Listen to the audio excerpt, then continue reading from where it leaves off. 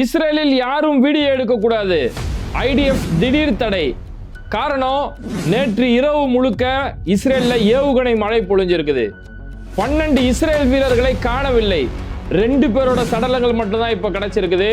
இஸ்ரேலுடைய மொர்கவா சிக்கிக்கிட்டு தவிக்குது. அந்த அளவுக்கு ஹிஸ்புல்லா ஒரு பக்கம் வெறியாட்டம் ஆடிக்கிட்டு இருக்கிறாங்க. ஈரானில் ஆசிட் மழை. மக்களுடைய வாழ்வாதாரம் என்ன? சற்று முன் களத்திலிருந்து வந்திருக்கக்கூடிய வீடியோ காட்சிகள். லெபனானோட நிலைமை இதை விட மோசம்.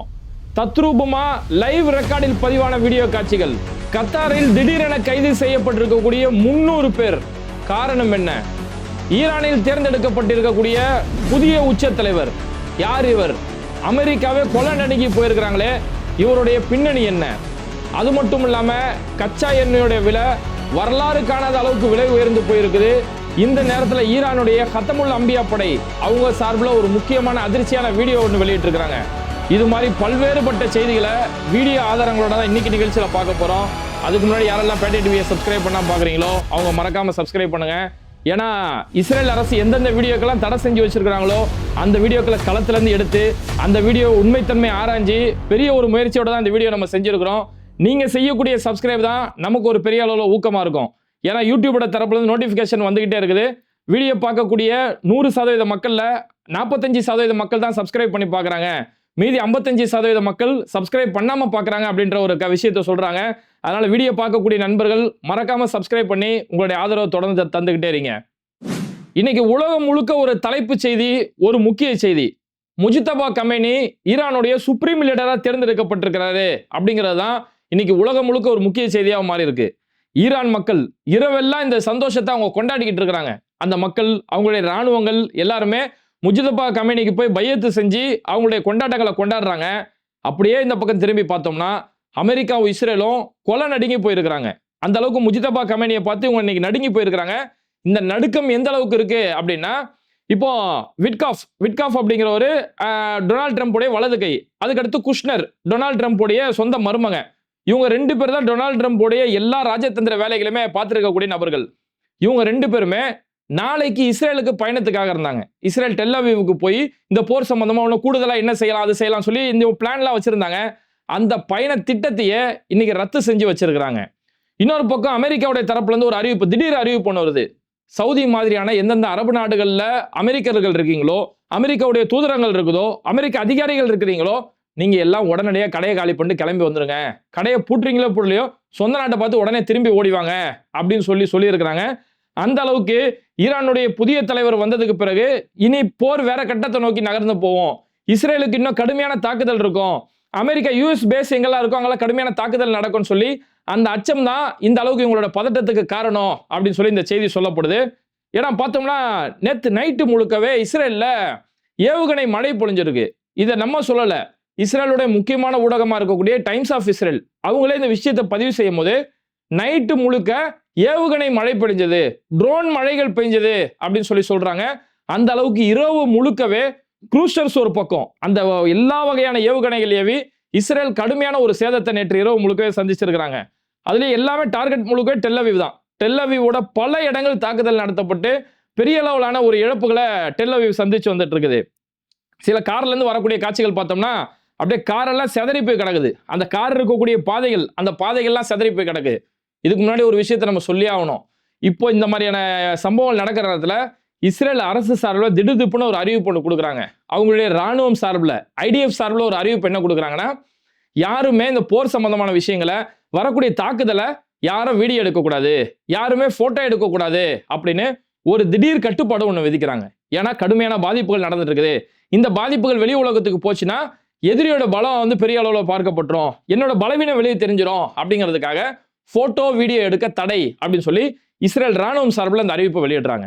ரோட்ல சில மக்கள் மேல ட்ரோன் பறக்குது, சில மக்கள் ரோட்ல இருந்து இப்படி வீடியோ எடுக்கிறாங்க. வீடியோ எடுக்கும்போது இஸ்ரேலுடைய போலீஸ், இஸ்ரேல் ராணுவம் உடனடியாக அவங்கள்ட்ட போனெல்லாம் பறிக்கிறாங்க. வீடியோ எடுக்காது சொல்லி பொதுமக்கள்கிட்ட போய் பறிக்கிறாங்க. பொதுமக்கள் அவங்கள்ட்ட ஆர்கியூ பண்றாங்க, விவாதம் பண்ணிட்டு இருக்காங்க. நான் ஏன் எடுக்கணும், என் நாட்டை தான் பாதிக்க வருது, அந்த பாதிப்பான வீடியோ பதிவு எடுக்கிறேன், இதுல என்ன தப்பு இருக்குது அப்படின்னு சொல்லி அந்த மக்கள் ஆர்கியூமெண்ட் பண்ணக்கூடிய அளவுக்கு இப்ப ஏற்பட்ட பிரச்சனைகள். பத்திரிகையாளர்கள் யாராவது போய் வீடியோ எடுத்தா பத்திரிகையாளர்களை கைது செய்யக்கூடிய ஒரு நிலைமை நடக்குது. அந்த அளவுக்கு நேற்று இரவு முழுக்கவே இஸ்ரேல்ல கடுமையான பாதிப்புகள் அந்த இடத்துல பதிவாயிருக்கு. அதில் ஒரு ஏரியா ஒரு வீடியோ நம்மள்ட்ட இப்போ பிரத்யேகமாக ஒரு வீடியோ ஒன்று வந்தது. அந்த வீடியோ பார்த்தோம்னா ஒரு இடத்துல ஒரு ஏவுகணை தாக்குதல் நடந்தது. அந்த மிசைல் விழுந்த இடத்த பார்த்தோம்னா அவ்வளோ பெரிய பள்ளம் ஏற்பட்டிருக்கு. அந்த பாதையே அவ்வளோ பெரிய பள்ளமாக மாறி இருக்குது. மக்கள் எல்லாம் அந்த பள்ளத்தை போய் எட்டி பார்க்குறாங்க. இது பள்ளம் எவ்வளோ தூரம் ஆழம் போயிருக்கு அப்படின்னு எட்டி பார்க்குறாங்க. அப்படியே வந்து எட்டி பார்க்குறாங்க. வெறும் பள்ளம் தானா, இல்லை கீழே போர் போட்டு தண்ணி கிண்ணி வந்துருச்சா அப்படின்னு மக்கள் எல்லாம் எட்டி பார்க்கக்கூடிய அளவுக்கு அவ்வளோ பெரிய பாதிப்பு இன்னைக்கு இஸ்ரேல் அதோட தலைநகர் டெல் அவீவ் இவ்வளோ பெரிய பாதிப்புகளை சந்திச்சுட்டு இருக்காங்க. இதெல்லாம் இரவுல நடக்கக்கூடிய பாதிப்பு. பகல் நேரத்தில் அந்த பாதிப்புலாம் எப்படி இருக்கு அப்படின்னு சொல்லி டாப் ஆங்கிள் அந்த ட்ரோன் ஷாட்ல எடுக்கப்பட்ட வீடியோ காட்சிகள் இதெல்லாம் பார்த்தோம்னா அப்படியே நமக்கு காசா தான் கண்ணு முன்னாடி கொண்டு போறது. It's not a Gaza, it's a Tel Aviv அப்படின்னு சொல்லக்கூடிய அளவுக்கு அந்த அளவுக்கு அந்த பாதிப்புகள் பெரிய அளவிலான ஒரு சேதங்களை சந்திச்சு கட்டட இடிபாடுகள் ஒரு பக்கம், அதை மீட்கக்கூடிய மீட்பு படைகள் ஒரு பக்கம் பெரிய அளவிலான இடிபாடுகளை சந்திச்சுட்டு இருக்காங்க. இந்த இடிபாடுகள் இந்த சேதங்கள் அவங்களுக்கு வெளியில தெரிஞ்சிட வேணாம் அப்படிங்கிறதுக்காக தான் நீங்க யாருமே இதை வீடியோ எடுக்கக்கூடாது, யாருமே இதை வந்து நீங்க வந்து போட்டோ எடுக்கக்கூடாது அப்படின்னு தடை போடுறாங்க. ஆனா அப்படி இருந்து இஸ்ரேலோட களத்துல இருந்து பல வீடியோக்கள் நமக்கு வருது. அந்த வீடியோக்கள் எல்லாம் நம்ம ஃபேக்ட் செக் பண்றோம். ஏதோ வந்துச்சு வீடியோ வந்துச்சு போட்டுறோம்லாம் கிடையாது. ஒவ்வொரு வீடியோ வந்தோன்னே இது உண்மையான வீடியோ தானா, இது நேற்று எடுக்கப்பட்ட வீடியோ தானா அப்படிங்கிறத உறுதி செய்யறோம். இல்ல அது 4 நாளைக்கு முன்னாடி வீடியோவா, இல்ல போன முறை போர்ல நடந்த வீடியோவா, இதெல்லாம் நம்ம ஒவ்வொரு வீடியோவும் ஃபேக்ட் செக் பண்ணி தான் ஒவ்வொரு வீடியோ இன்னைக்கு மக்களுக்கு நம்ம காட்டிக்கிட்டு இருக்கிறோம். அதே மாதிரி பார்த்தோம்னா இஸ்ரேலோட ஒரு வேர் ஹவுஸ், ஒரு கிடங்கு, அந்த ஒரு குடோன் இருக்கும் இல்லையா, அந்த ஒரு வேர் ஹவுஸ்ல நடந்த ஒரு அட்டாக். அந்த ஏரியா முழுக்கவே பத்தி எரிஞ்சு முழுக்க புகைகள் சூழ்ந்திருக்குது. தீயணைப்பு படையினர் வந்து அந்த தீயை அணைச்சி அந்த ஏரியா முழுக்கவே அப்படி நனைஞ்சு போயிருக்குது. சில இடங்கள்ல தீ கட்டுக்கடங்காம தீ எரிஞ்சுக்கிட்டு கிடக்குது. அதுவும் டெல் அவீவ்ல நேற்று நடந்த ஒரு தீயோட காட்சி. இந்த இடம் தான் ஒரு சேஃப் ஜோன் சொல்லி இஸ்ரேல் சொல்லிட்டு இருந்தாங்க. இந்த இடத்துக்கு வந்தா ஓரளவுக்கு சேஃபா இருக்கலாம், இந்த இடம்லாம் ஒன்றும் பிரச்சனை இல்லை, நல்ல பாதுகாப்பான இடம் அப்படின்னு சொல்லிட்டு இருந்தாங்க. அந்த இடம்லாம் கொழுந்து விட்டு எரியக்கூடிய அளவுக்கு அப்பேற்பட்ட ஒரு தாக்குதல் அந்த மாதிரியான ஏரியாக்கள் சந்திச்சுக்கிட்டு இருக்கு.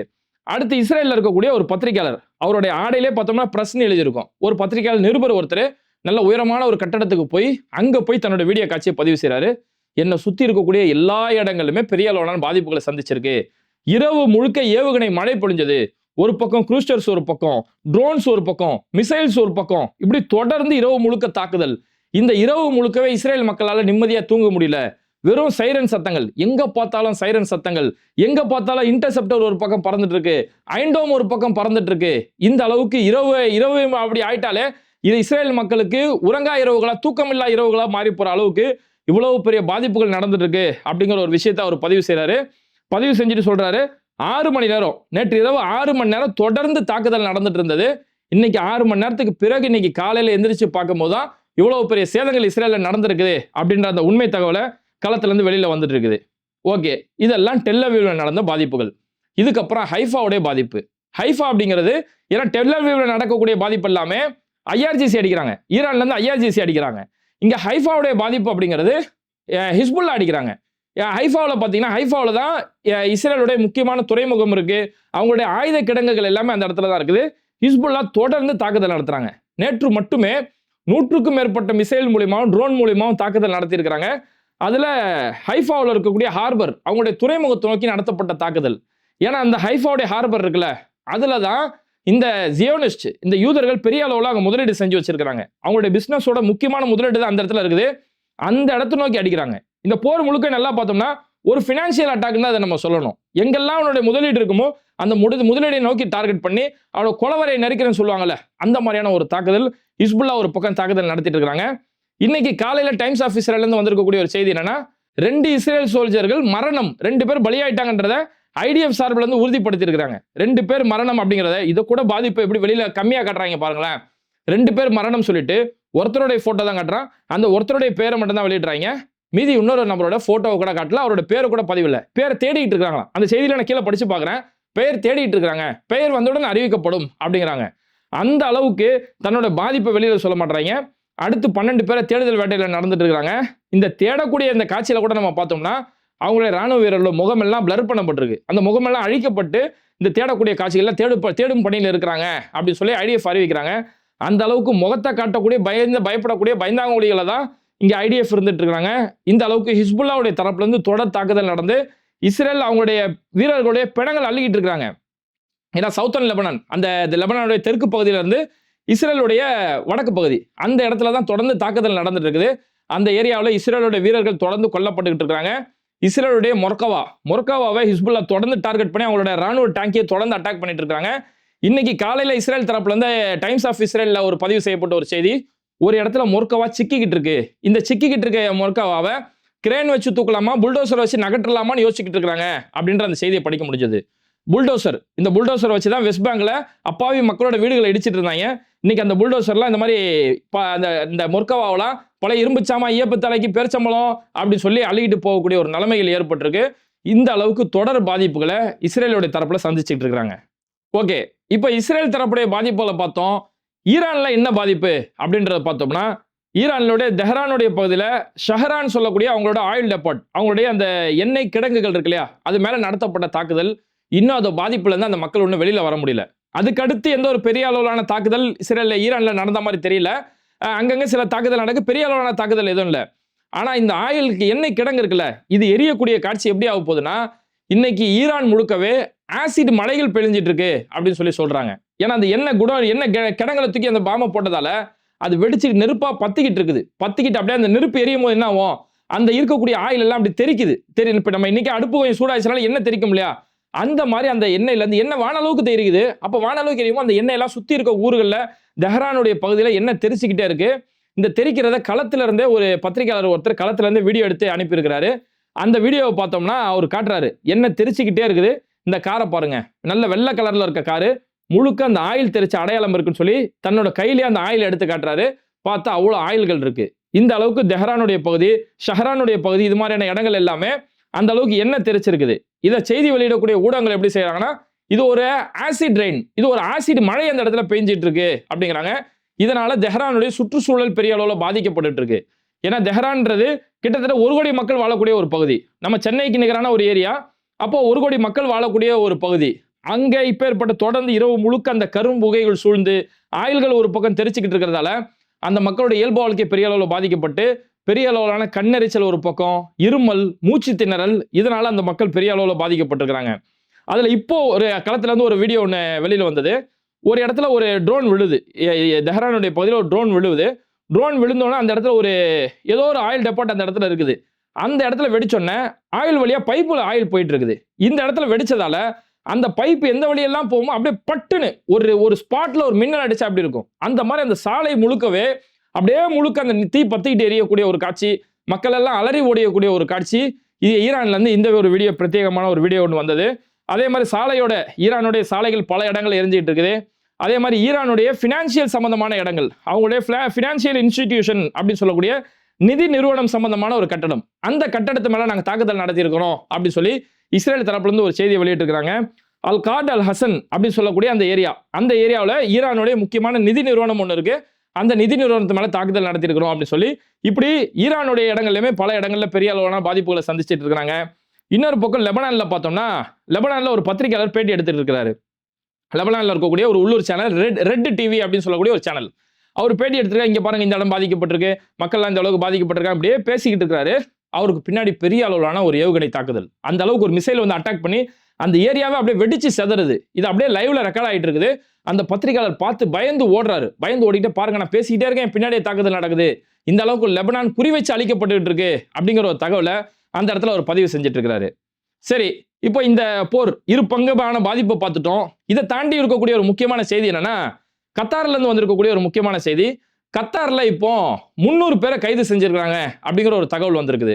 இந்த 300 பேர் ஏன் கைது அப்படின்னு பார்த்தோம்னா, கத்தார்ல இருக்கக்கூடிய மக்கள்ல ஒரு சிலர் என்ன செஞ்சிருக்காங்க, அவங்களோட சோசியல் மீடியாவில் தவறான செய்திகளை பதிவிடுறாங்க. கத்தார்ல இந்த இடம் வெடிச்சு இந்த இடத்துல 10,000 பேர் செத்து போயிட்டாங்க, கத்தார்ல இந்த இடம் வெடிச்சு இவ்வளவு பேர் காலி, கத்தாரோட ஏர்போர்ட் ஒட்டு மொத்தமா காலியா போச்சு, இப்படியான ஃபேக் நியூஸ்களை பெரிய அளவில் பரப்பி ஒரு பதட்டத்தை உள்ளாக்கி இருக்கிறாங்க.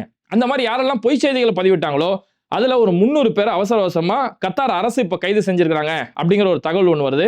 இந்த இடத்துல ஒரு விஷயத்தை நம்ம சொன்னாவே நல்லா யூஸ்ஃபுல்லா இருக்கும். ஏன்னா இந்த போர் சம்பந்தமான செய்திகள் பார்க்கக்கூடிய நிறைய பேர் என்ன செய்றாங்க, ஒரு ஈரான் ஆதரவு மனநிலையில் இருக்காங்கன்னு வைங்களேன், அவங்க என்ன செய்றாங்க, இஸ்ரேல் அடி வாங்கினா மட்டும்தான் அந்த செய்தியை நான் பார்ப்பேன், இஸ்ரேல் காலி, ஈரான்ல ஒண்ணுமே இல்லப்பா, ஈரான்ல சூப்பரா இருக்குது, இஸ்ரேல் ஒட்டுமொத்தமா நாசமா போச்சு, நரகமா போச்சு அப்படின்னு நினைச்சுக்கிட்டு இருக்காங்க. இஸ்ரேல் ஆதரவா இருக்கக்கூடிய நிறைய பேர் ஈரான் அழிஞ்சு போச்சு, அவ்வளவு ஈரான் ஒரு நாடே இன்னைக்கு கிடையாது, ஆனா இஸ்ரேல் செல்வ செழிப்பா இருக்குது அப்படின்னு நினைச்சிட்டு இருக்காங்க. இது ரெண்டுமே முட்டாள்தனம் நான் சொல்லுவேன். போரை பொறுத்த வரைக்கும் 2 பக்கமும் பாதிப்பு இருக்கும், 2 பக்கம் பாதிப்புகளை சந்திச்சிட்டு இருக்காங்க. இஸ்ரேல் பாதிப்புகள் இருக்கு, அந்த பாதிப்புகளை வெளியில காட்டாம தவிர்த்துக்கிட்டு இருக்கான். ஈரான் அதோட பெரிய பாதிப்பு. இஸ்ரேல் நடக்கிறதோட ஈரான்ல தான் பெரிய அளவான பாதிப்பு. அவங்களுடைய உள்கட்டமைப்பு எல்லாமே குறி வச்சு தகர்க்கப்பட்டு இருக்கு. ஈரான்லயுமே பெரிய அளவுல பாதிக்கு இருக்கு. ஈரான்ல எதுவுமே நடக்கல அப்படின்னா அதோட முட்டாள்தனம் எதுவுமே இல்லை. அவங்க வந்து பொதுவான செய்திகள் எதுவுமே படிக்கலன்னு சொல்லி அர்த்தம். அதனால பாதிப்புகள் ரெண்டு பக்கமுமே இருக்கு. இந்த போர் ஒண்ணு நடந்தாலே, போர் வந்து எந்த ஒரு விஷயத்துக்குமே போர் தீர்வாகாது. அதனால கொல்லப்படுறது எல்லாமே பொதுமக்கள் தான். அந்த பொதுமக்களுக்காக நம்ம தொடர்ந்து பேசிட்டு இருக்கணும். இப்போ இவ்வளவு நாளா நம்ம பேசுறது எதுக்கு? பொதுமக்கள் பாதிக்கப்படக்கூடாது. அந்த பொதுமக்களோட வழி என்ன அப்படிங்கிறதுக்காக தான் நம்ம பேட்டை டிவில தொடர்ந்து இது சம்பந்தமான செய்திகளை போட்டுக்கிட்டே இருக்கிறோம். ஓகே, இப்போ இறுதியா பார்த்தோம்னா ஈரானுடைய புதிய தலைவர், அவங்களுடைய உச்ச தலைவரை தேர்ந்தெடுத்துக்கிறாங்க. ஈரானுடைய நியூ சுப்ரீம் லீடர் அப்படின்னு சொல்லி அவங்களுடைய புதிய தலைவரை தேர்ந்தெடுக்கிறாங்க. அயத்துல்லா முஜ்தபா கமீனி அவரை இன்னைக்கு புதிய தலைவரை தேர்ந்தெடுக்கிறாங்க. இவர் தேர்ந்தெடுக்கப்பட்டோன்னு தான் இன்னைக்கு இஸ்ரேலும் அமெரிக்காவும் கொலை நடுங்கி போயிருக்கிறாங்க. ட்ரம்ப்புடைய மருமகன், அவருடைய வலதுகை ரெண்டு பேருமே அவங்களுடைய பயணத்தை ரத்து செய்யறாங்க. சவுதியில மாதிரியான அரபு நாடுகளில் யார் யாரெல்லாம் அமெரிக்கா சேர்ந்தவர் இருக்கீங்களோ உடனே காலி பண்ணிட்டு ஓடுங்க அப்படின்னு சொல்றாங்கன்னா, அந்த அளவுக்கு ஒரு ஸ்ட்ராங்கான ஒரு லீடரை இன்னைக்கு ஈரான் தேர்ந்தெடுத்திருக்காங்க. ஆக்சுவலா கமேனி அவர் கொல்லப்பட்டாலோ அல்லது இயற்கையாவே இறந்து போனாலுமே அவருக்கு பிறகு முஜ்தபா கமேனி அவருடைய சொந்த மகன், இவர் தான் அடுத்த தலைவரா வருவாரு. இவர் இத்தனை காலமா ஈரான் சொன்னதே என்னன்னா இவர் ஒரு மினி சுப்ரீம் லீடர் அப்படின்னு தான் அவர் சொல்லிட்டு இருந்தாங்க. அவர் தான் இன்னைக்கு தேர்ந்தெடுத்துக்கிறாங்க. அது ஒரு பெரிய இவங்களுக்கு அதிர்ச்சியா இருக்கு. ஏன்னா முஜ்தபா கமேனியை பொறுத்த வரைக்கும் அவர் ஈரான் அமெரிக்கா இந்த எதிர்ப்புல பெரிய அளவிலான உறுதியா இருக்கக்கூடிய நபர். எக்காரணத்து கொண்டு அமெரிக்கா இஸ்ரேல் கிட்ட சமரசமே செய்யக்கூடாது அப்படின்ற உறுதியான நிலைப்பாட்டில் வாழக்கூடிய ஒருத்தர். இவர் சின்ன வயசுல இருந்தே அந்த அமெரிக்கா இஸ்ரேல் எதிர்ப்புல உறுதியா இருந்த ஒரு நபர். இவர் பிறக்கிறது 1969 பிறக்கிறாரு. அதாவது ஈரான் புரட்சி ஏற்படுது இல்லையா, ரூஹுல்லா கமேனி அவர் மூலமா ஈரான் புரட்சி ஏற்படுது. அந்த புரட்சிக்கு 10 வருஷம் முன்னாடி தான் அவர் பிறக்கிறாரு. இந்த ஈரான் புரட்சியில ரூஹுல்லா கமேனி அன்னைக்கு சுப்ரீம் லீடரா இருந்தாரு. அன்னைக்கு அயத்துல்லா கமேனி அவர் அதுல முக்கிய பங்காற்றிய ஒரு நபர். அப்ப அயத்துல்லா கமேனி போராடிட்டு இருக்காரு இல்லையா, அந்த நாட்டுக்காக போராடிட்டு இருக்காருல, அந்த நேரத்துல பிறந்த ஒரு பிள்ளை. அப்ப இவர் பிறக்கக்கூடிய அந்த காலகட்டத்துல, அப்போ ஈரானுடைய புரட்சி ஏற்படக்கூடிய காலகட்டத்துல அங்க ஈரானுடைய காவல்துறை என்ன செய்யறாங்கன்னா அயத்துல்லா கமேனி அன்னைக்கு அரெஸ்ட் பண்றாங்க. யாரெல்லாம் அரசுக்கு எதிராக பேசுறாங்களோ அவங்கள அரெஸ்ட் பண்ணக்கூடிய காலகட்டம். வீட்டுக்கு வந்து அடிச்சு இழுத்துட்டு போகக்கூடிய ஒரு நிலைமைகளை சந்திச்சாங்க. அன்னைக்கு இவருக்கு 10 வயசு. தன்னோட சொந்த தந்தை நாட்டுக்காக போராடும் போது அடிச்சு இழுத்துட்டு போகக்கூடிய கைது செய்யக்கூடிய இந்த காட்சிகள் எல்லாம் கண் முன்னாடியே வாழ்ந்து பார்த்து வளர்ந்த ஒருத்தர். இவர் அதுக்கடுத்து வளர்ந்துட்டு இருக்கிறாரு. ஈரானுடைய பஸ்ஜி வாலண்டியர்ஸ் அப்படின்னு சொல்லுவாங்க. அதாவது இன்னைக்கு ஈரானுடைய துணை ராணுவ படை ஐஆர்ஜிசி இருக்கு இல்லையா, இந்த ஐஆர்ஜிசியோட ஒரு கிளை பிரிவு தான் இந்த பஸ்ஜி வாலண்டியர்ஸ் சொல்லுவாங்க. உள்ளூர் மக்கள் அரசுக்காக அவங்களுடைய இளம் வயதிலே அவங்க பங்காற்றக்கூடிய ஒரு அமைப்பா வச்சிருப்பாங்க. அந்த பஸ்ஜி அமைப்புல 1980, 88 காலகட்டத்தில் அந்த அமைப்புல போய் சேர்ந்த ஒருத்தர். அதுக்கப்புறம் அப்படியே படிப்படியா வளர்ந்து அவங்க அப்பாவுடைய பணிகளை தொடர்ந்து கூட இருந்து பங்கு செஞ்சுட்டு இருக்கிறாரு. அதனால அவருக்கு ஐஆர்ஜிசியோட பெரிய நெருங்கிய நட்பு அவருக்கு ஏற்படுது. அந்த ஈரானுடைய துணை ராணுவத்தோட நெருங்கிய நட்பு, அந்த ராணுவத்தோட நடவடிக்கை எல்லாத்தையுமே கூட இருந்து பார்க்கக்கூடிய ஒரு நபர். ஈரான் ராணுவத்துக்கு இவர்னா பெரிய மதிப்பு. அடுத்து இவர் தான்ப்பா வரணும் அப்படின்னு சொல்லி முழு செல்வாக்கு இருக்கக்கூடிய ஒரு நபர். 2009 ஒரு உள்ளூர் கிளர்ச்சி ஒன்று ஏற்படுது ஈரான்ல. அமெரிக்காவுடைய தயவால எப்படியாவது ஈரான் அரசை அங்கிருந்து விரட்டிடணும் அப்படின்னு சொல்லி இன்னைக்கு பண்ற மாதிரி 2009 ஒரு ட்ரைனிங் பண்ணாங்க. அந்த உள்ளூர் கிளர்ச்சியின் கிளம்பின ஒரு கூட்டத்தை அந்த அமெரிக்காவோட கைக்கூலிகளை அடிச்சு விரட்டினதுல முக்கிய பங்கு அன்னைக்கே முஜ்தபா கமேனி தான் அது பங்காடிட்டு இருந்தாரு. இந்த அளவுக்கு எந்த ஒரு இடத்துலயுமே அமெரிக்க இஸ்ரேலுக்கு சமரசமே செய்யக்கூடாது, அந்த ஜியோனிசிய கொடும்பாவிகள் அந்த இனவெறியர்களுக்கு இவங்க கிட்ட எந்த வகையிலுமே சமரசம் செய்யக்கூடாது, மற்ற அரபு நாடுகள் மாதிரி எங்கேயுமே அடிபணிஞ்சு போகக்கூடாது அப்படின்னு சொல்லி ரொம்ப உறுதியா இருக்கக்கூடிய ஒரு நபர். ராணுவம் சரி, அவங்களுடைய பாதுகாப்பு அமைச்சகம், அவங்களுடைய ஐஆர்ஜிசி எல்லாருமே அவருக்கு முழு பங்களிப்பு கொடுக்குறாங்க. இன்னைக்கு எல்லாருமே அவர் கையில பையத்து செய்யறாங்க. நேற்று இரவு முழுக்கவே தெஹ்ரான், முழு ஈரான்னே சொல்லலாம், தெஹ்ரான்லாம் நேற்று இரவு முழு தூங்கா இரவுனே சொல்லலாம், அந்த அளவுக்கு கொடியை கையில பிடிச்சிட்டு கொண்டாடிட்டு இருக்காங்க. எங்களுடைய ரஹபர் வந்துட்டாரு, எங்களுடைய அமீர் வந்துட்டாரு அப்படின்னு சொல்லி அந்த இரவு முழுக்கவே அவங்க பெரிய அளவிலான கொண்டாட்டங்கள் செஞ்சு அவங்களுடைய ஆதரவை, அவங்களுடைய பயத்தை தெரிவிக்கக்கூடிய விதத்துல நேற்று இரவு முழுக்க இருந்தாங்க. இதுல நல்லா பாத்துக்கோங்க, இவர் ஆரம்பத்துல இருந்தே சின்ன வயசுல இருந்தே அந்த இஸ்ரேல் அமெரிக்க எதிர்ப்புல இருந்து வளர்ந்தவர், ஐஆர்ஜிசில முழுக்க பங்காற்றிய ஒரு நபர். இன்னைக்கு தந்தையை இழந்த ஒரு நபரா இருக்கிறாரு. 86 வயசு இருக்கக்கூடிய தன்னோட தந்தையை கொடூரமா கொல்லப்பட்டதை கண்ணெதிர பார்த்திருக்காரு. தன்னோட தாயை பறி கொடுத்திருக்காரு, தங்கச்சியை பறி கொடுத்திருக்காரு. தங்கச்சி குழந்தை, 6 வயசு குழந்தை, தங்கச்சி வீட்டுக்காரரு, எல்லாரும் ஒட்டுமொத்த குடும்பத்தையும் பறி கொடுத்த ஒருத்தர் இன்னைக்கு தலைவர் பொறுப்புக்கு வந்திருக்கிறாரு. அதனால இனி இவர் கொடுக்கக்கூடிய பதிலடிங்கிறது இது இருமடங்கான பதிலடியாக இருக்கும் அப்படின்னு சொல்லி இன்னைக்கு எல்லா ஊடகங்கள், இன்னைக்கு இருக்கக்கூடிய எந்த ஊடகங்களாலும் எடுத்து பாருங்களேன், எல்லா ஊடகங்களையும் சொல்றது அதுதான். இவருடைய பதிலடி தலைமை பொறுப்புக்கு பிறகு இவருடைய பதிலடி இருமடங்காக இருக்கும் அப்படின்னு சொல்லி இந்த செய்திகள் வெளியிடுறாங்க. அதனால முஜ்தபா கமேனியோட அந்த தலைமை எப்படி இருக்கும் அப்படிங்கிறத நம்ம தொடர்ந்து பார்ப்போம். அதுக்கு முன்னாடி யாரெல்லாம் பேட்டை டிவியை சப்ஸ்கிரைப் பண்ணாமல் பார்க்குறீங்களோ அவங்க மறக்காம சப்ஸ்கிரைப் பண்ணிட்டு இந்த வீடியோக்களை உங்கள் நண்பர்களுக்கு அதிகமாக ஷேர் செய்யுங்க. அதே மாதிரி முதல் கமெண்ட்ல நம்ம பேட்டை டிவி வாட்ஸ்அப் சேனலோடைய லிங்க் வச்சிருக்கோம். அந்த லிங்க் உள்ள இணைஞ்சி அந்த வாட்ஸ்அப் குரூப்பை நீங்கள் ஃபாலோ பண்ணிக்கிட்டீங்கனாலும் அன்றாட செய்திகள் சம்பந்தமான அப்டேட் உங்களுக்கு தொடர்ந்து வந்துட்டு இருக்கோம். இஸ்ரேல் தடை செஞ்ச பல வீடியோக்கள் இன்னைக்கு நம்ம காட்டிக்கிட்டு இருக்கோம். யூடியூப் தரப்புல இருந்து அது பல மக்களோட பார்வைக்கு போகாம கூட இருக்கலாம். அதனால இந்த வீடியோக்கள் நீங்க தான் அதிகமாக ஷேர் செய்யணும். உங்களுடைய நண்பர்கள், உறவினர்கள் எல்லாருக்குமே இந்த வீடியோக்கள் அதிகமாக ஷேர் செய்யுங்க. இணைந்திருப்போம். Mister perfect extra gold. திருமணமான அனைத்து ஆண்களுக்கும் ஒரே தீர்வு. வயதான பலகினமா, சுகர் பலகினமா, இனி கவலை வேண்டாம். 100% இயற்கை வயகரா, 100% ஹலாலான முறையிலும் தயாரிக்கப்படுகிறது. எவ்வித கலப்படமும் கிடையாது, பக்க விளைவும் கிடையாது. ஆர்டர் செய்தாலே போதும், உங்கள் இல்லம் தேடி வந்து சேரும். மேலும் விவரங்களுக்கு கீழுள்ள எண்ணை அணுகுங்கள்.